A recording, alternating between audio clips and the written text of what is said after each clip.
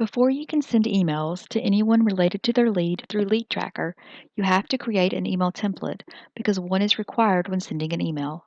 This video will show you how to create an email template.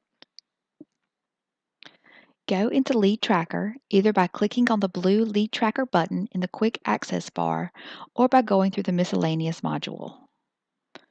Once you get into LeadTracker, click on the Email Templates menu. You will notice when you go into the email templates section for the first time that there is already a template named blank template. Please do not delete this template because it is very important. When you are composing an email to be sent, you have to first select a template. Selecting the blank template allows you to write any kind of email you want to send. Without a blank template, you will not be able to create emails on the fly when needed.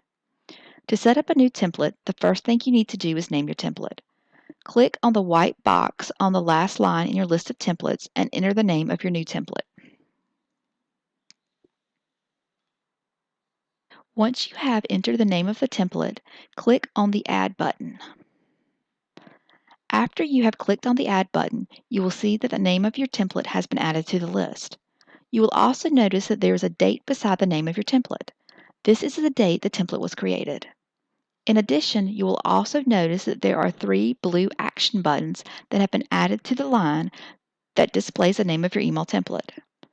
Delete, which gives you the ability to delete the template entirely. Edit, which allows you to edit only the name of the template. And the template ID, which when clicked opens the body and the editor to be able to either create your email template or edit it. The screen you see when you click on the template ID shows the name of the template, has a green Show Editor pop-up button that when clicked will open the text editor, and a red link named Merge Fields Description. Clicking on the Merge Fields Description gives you a list of tags you can add to your email template if you would like to personalize it. These tags will pull information from the lead itself and insert it into the email where you add the tag. Each tag has an explanation beside it explaining what kind of information it will insert into your email. If you would like to add one of the tags to your email template, type it exactly as it is listed, including the brackets. I want to point out one thing about the tags, and that is if you want to send the person who put in the lead information on more than one property, be sure to select the tags that are plural, like property long-term summaries. If you're only sending information about one property, use the singular tag, property long-term summary. The editor that you get when clicking on the Show Editor pop-up is a WYSIWYG editor.